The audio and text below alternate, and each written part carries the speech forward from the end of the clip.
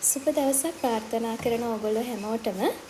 අද මම කතා කරන්නේ ද්විත්ව ආරක්ෂාවක් ලබා දෙන පවුල් සංවිධාන ක්‍රමයක් ගැන.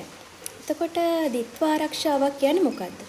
ඒ කියන්නේ ආරක්ෂාවන් දෙකක් සපයන පවුල් සංවිධාන ක්‍රමයක් ගැන තමයි මම අද කතා කරන්නේ.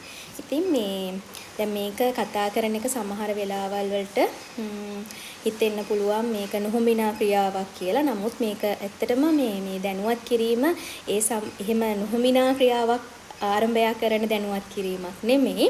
මේකෙන් ලැබෙන ප්‍රයෝජන මොනවාද කියන එක ගැන දැනුවත් කිරීමේ අරමුණින් තමයි මම මේක කරන්නේ. මොකද සමහර වෙලාවල් වලට මේ සම්බන්ධව කතා කරන එකම අපරාධයක් විදිහට දකින පිරිස් අපේ සමාජයේ ඉන්නවා. ඉතින් එතකොට සමහර වෙලාවල් වලට මට බැනුම් අහන්න සිද්ධ වෙයි. නමුත් මේකෙන් ලැබෙන ප්‍රයෝජන ගැන ඕගොල්ලෝ අනිවාර්යෙන් දැනුවත් වීමක් සිදු විය යුතු හින්දා තමයි මම ඒ ගැන කතා කරන්න හිතුවේ. එතකොට මම අද කතා කරන්නේ කොන්ඩම් එක ගැන. ඉතින් මොකද්ද මේ ද්විත්ව ආරක්ෂාවක් ලබා දෙනවා කියලා මම මුලින්ම කිව්වනේ මොකද්ද? පළවෙනි එක තමයි ඒ නමේම තියෙන පවුල් සංවිධාන ක්‍රමයක්. දෙවෙනි එක තමයි අපිට මේ හරහා සමාජ රෝග එහෙම නැත්නම් sexually transmitted infection වලින් ආරක්ෂා වීමේ හැකියාවක් මේ කොන්ඩම් එක පාවිච්චි කරන එකෙන් තියෙනවා. ඉතින් ලංකාව තුල වර්තමානයේ වන විට විවිධ වර්ගයේ කොන්ඩම් වර්ග තියෙනවා. මම ඔයගලන්ට ඒවයින් කිහිපයක් පෙන්නන්නම්.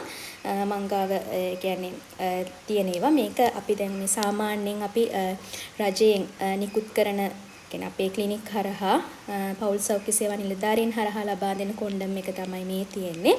ඊට අමතරව තව විවිධ වූ බ්‍රෑන්ඩ්ස් තියෙනවා. ප්‍රීති ඊට පස්සේ මේ වගේ ෆ්ලේවර්ඩ් කරපු කොන්ඩම් වර්ග තියෙනවා. මේ තියෙන ඒවායින් කිහිපයක් ඔයගලන්ට පේනවා ඇති නේද? ඉතින් එතකොට මේක එකිනෙකාගේ අවශ්‍යතාවයන් මත පාවිච්චි කරන්න පුළුවන්. ඒ කියන්නේ දැන් මේ වගේ මම කියවනේ ෆ්ලේවර්ඩ් ඒවා තියෙනවා විවිධ වර්ගයේ දේවල් තියෙනවා. ඉතින් එතකොට ඒක තමන්ගේ අවශ්‍යතාවය මත භාවිතා කරන්න පුළුවන්. හැබැයි මේකෙන් කොයි එක පාවිච්චි කරත් ඒ ලැබෙන ආරක්ෂාව ඒ විදිහම තමයි. එතකොට පවුල් සංවිධාන ක්‍රමයක් විදිහට වගේම සමාජ රෝග වලින් ආරක්ෂා වීමේ හැකියාවක් මේ කොන්ඩම් එකට තියෙනවා.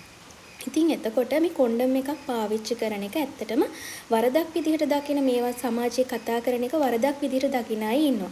නමුත් බලන්න අපි දැන් සමහර වෙලාවල් වලට අනාරක්ෂිත ලෙස ලිංගිකව එකතු වෙන අවස්ථා තියෙනවා. මොකද අපි නොදන්නා පුද්ගලයන් සමග ලිංගිකව එකතු වීමට යනවා. ඉතින් අපි දන්නේ නැහැ